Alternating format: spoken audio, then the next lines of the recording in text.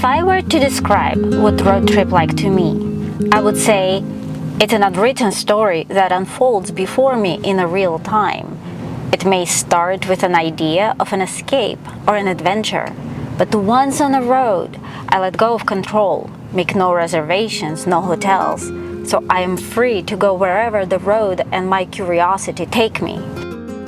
I don't know what lies ahead, and maybe that's where the true value is. There's always an element of surprise in trips like this.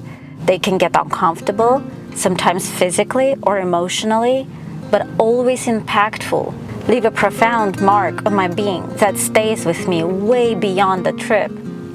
And for me, this trip through Navajo Nation and the Shiprock did exactly that. Oh my God, I hope this car survives this road.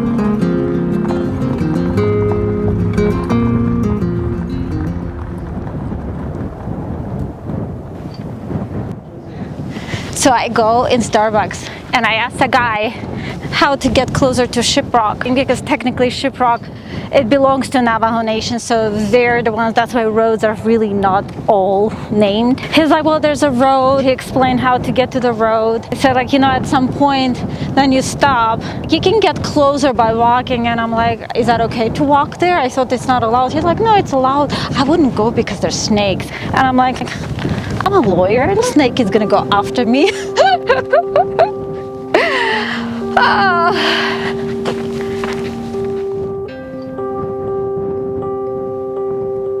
This trip I took not to escape and not to have an adventure, but more like it was me just running as long as I could run. It was soon after my dad passed away. We lost mom and dad back to back, and it really was hard to process. Every single day of my life, they were here, and now they're just not. And I expected grief adjustment to change, but what I didn't realize is that how recognition of mortality is going to hit me. And it's not like, oh, one day I'm going to die. It's more like, wow, one day I'm going to die. And time is just so precious. And I don't want to waste it being depressed and never have that veil that blocks me from experiencing that joy of life lifted. And definitely not to waste my time and energy on things that just don't matter to me.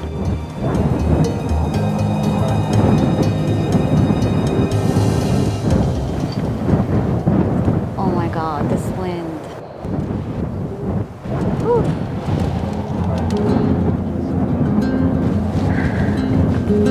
In Navajo, wind is more like a concept rather than a word. It's essence of life. It's an act of breathing. It's every Navajo soul, past and present, and it's how they talk to you. Finally, out of body, with its unabstracted movement and free spirit.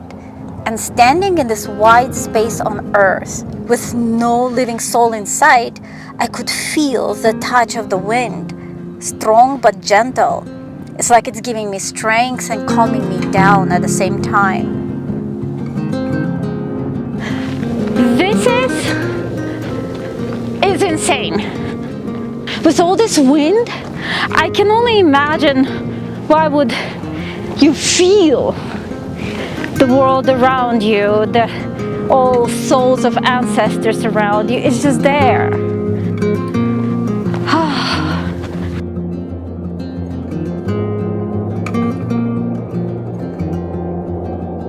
Okay, it does have a really sad story that is attached to it. First of all, technically, this is leftovers of like million-year-old volcano, if not more.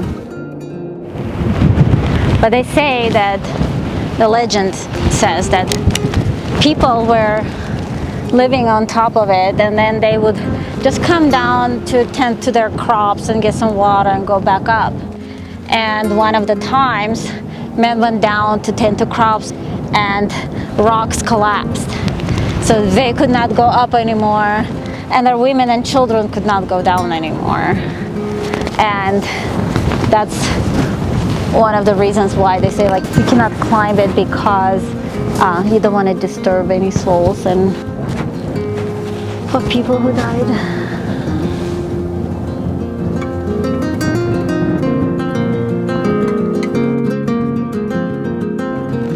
It's so weird. This rock is just standing here.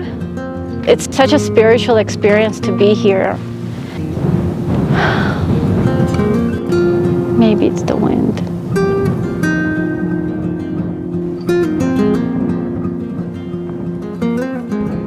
Here in Navajo lands, I learned about the concept of Hózhŭ. It's Navajo's foundation for creation of beauty and harmony and balance in both material and immaterial worlds. That's earth and sky and water. Everything above us, below us, and around us is a gift of life and nature. And we should make the most of it even when we face difficulties. And to heal a person, you need to balance not just physical well-being, but also mental and spiritual.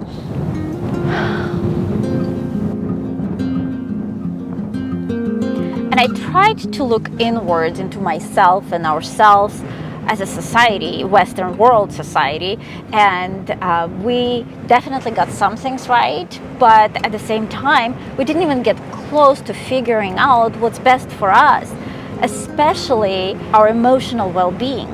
Hózhŭ philosophy has been probably given to us naturally at birth, but we reshaped it by our ways. We tend to prioritize our reaching milestones that are set by society, that to be very busy and have no boundaries how far we're willing to push ourselves and ignore our mental state. My God, if I could ever tell myself in my 30s or even 40s, just slow down. You don't have to push yourself so hard, right? And I don't think I ever stopped and just tried to recognize and acknowledge my feelings. I don't even think I knew how. Here, standing by the base of Shiprock and connecting to earth and sky above me and wind around me, accepting the gift of nature and feeling at peace felt the most natural thing to do. Stuff, hustles, or milestones really don't have value here. Coming back to my parents' empty home with all the things that were left behind, and everything suddenly became just so valueless, and it was very transforming. We had to clear up the place for some new person probably to move in, right? And it was such a display of circle of life. One person out, another person in, then that person is out, another person in, and it is too bad that we usually come to this realization much later in our lives.